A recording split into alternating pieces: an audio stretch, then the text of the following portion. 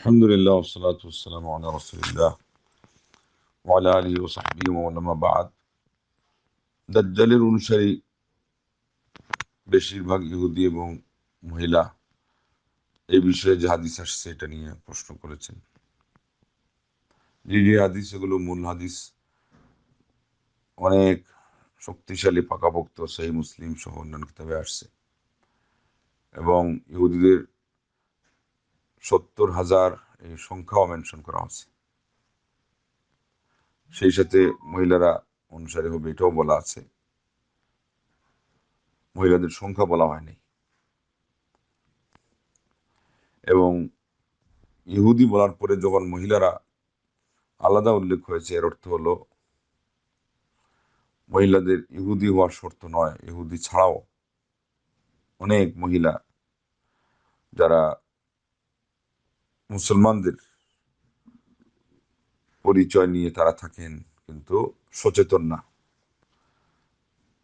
এখন যে আসল দাজ্জাল আসার আগের সেমি দাজ্জাল, এবং আল্লাহ নবী সাল্লাল্লাহু আলাইহি ওয়াসাল্লাম বলছেন যে আমার উম্মতের মধ্যে 30 জন এরকম মিথ্যাবাদী দাজ্জাল আসবে, আর উদ্দেশ্য সংখ্যা নয় বরং বেশি, কিংবা যদি 30 উদ্দেশ্য হয় তার থেকেও তো বোঝা যায় যে আসল দাজ্জালের আগে আরো দাজ্জাল আছে। এবং এদের এই গুমরাহি সম্পর্কে যারা সচেতন না তারাও তার অনুসারী হয়ে যাবে।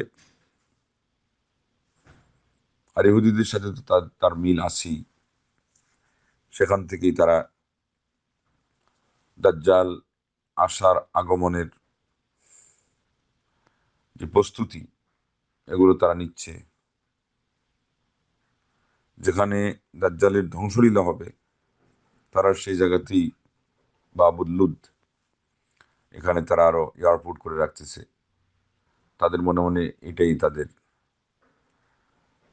ত্রাণের উপায়, দাজ্জালের মাধ্যমে তাদের চূড়ান্ত সফলতা আসবে। এখন যতটুকুই তাদের দোদুল্যমান অবস্থা আছে এটা দূর হবে, অথচ তখন তো দাজ্জাল নিজেই ধ্বংস হবে সেই জায়গায়, এগুলো তাদের জানা নাই।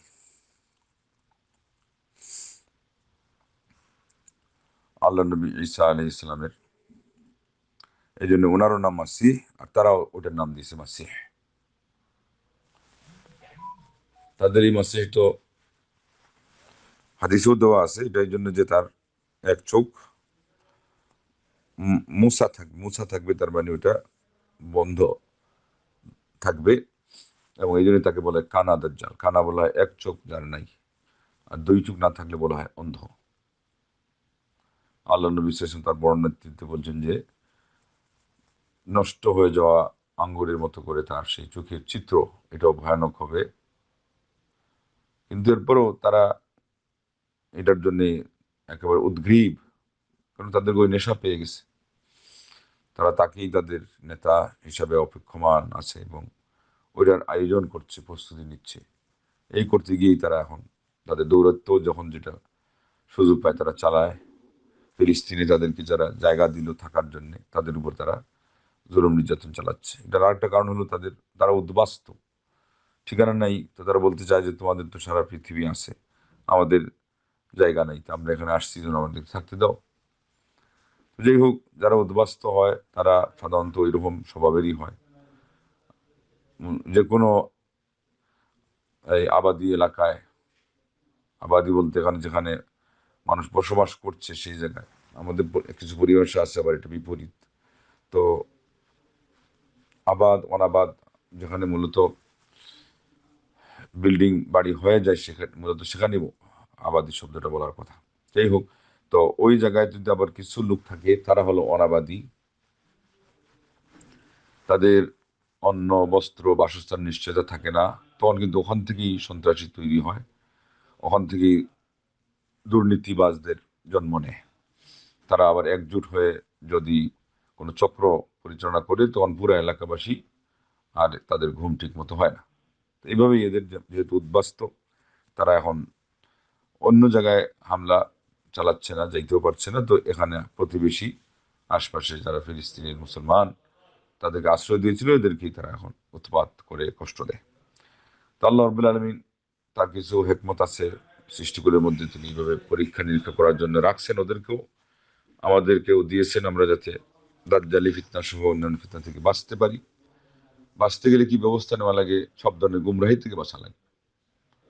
এবং আসল দাজ্জাল আসলে বলছেন ফালিয়ান আন, ওর খবর শুনলে, এদিকে দেখলে, এদিকে খবর পাইলে তারা অন্যদিকে পালাবে। দাজ্জাল নিয়ে অনুসন্ধান করা এটা কোনো ক্রমেই কোনো বুদ্ধিমানের কাজ নয়। অথচ আজকে দাজ্জাল নিয়ে অনেক ভুল বুঝাবুঝি হচ্ছে। দাজ্জাল নিয়ে ভবিষ্যৎবাণী আল্লাহ নবী সাল্লাল্লাহু বলেই গেছেন, সকল নবীরাই বলে গেছেন এটা মারাত্মক ফিতনা, এই জন্য ভয় দেখাইছেন, সতর্ক করছেন। কিন্তু তাই বলে দাজ্জাল এই সনে এসে যাচ্ছে, ওই সালে প্রকাশ পাচ্ছে, এইসব কথা, এগুলো হলো সম্পূর্ণ ইসলাম বিরোধী, ইসলামের মূলনীতি বিরোধী কথা। আল্লাহর কাছে আশ্রয় চাইতে হবে। আশ্রয় চাওয়ার যে ব্যবস্থা, সেটা একটা শুনলাম আমরা, যে দাজ্জালি যে ফিতনা, গুমরাহি থেকে দূরে থাকা, এখন যেগুলো তার সাথে সম্পৃক্ত সংগঠন গড়ে উঠেছে, এলুমিনিথি এবং এই যে এক চোখ, এগুলো সব তো তাদের। এগুলোর থেকে সাবধান থাকা। আল্লাহ নবী সাল্লাল্লাহু বলছেন যে ব্যক্তি সূরা কাহাফের প্রথম 10 আয়াত মুখস্থ করবে, আল্লাহ থেকে দাজ্জালের ফিতনা থেকে হেফাজত করবেন। এই ধরনের ব্যবস্থা অবলম্বন করা, আল্লাহর কাছে কান্নাকাটি করা। এবং যেহেতু সাবধান করার জন্যই বলা হয়েছে, এবং এটাই বাস্তব হবে যে মহিলারা বেশি হবে তার অনুসারী। এর অর্থ হলো তারা আবেগী হয় বেশি এবং সহজে যেগুলো জিনিস তারা বিশ্বাস করে ফেলে।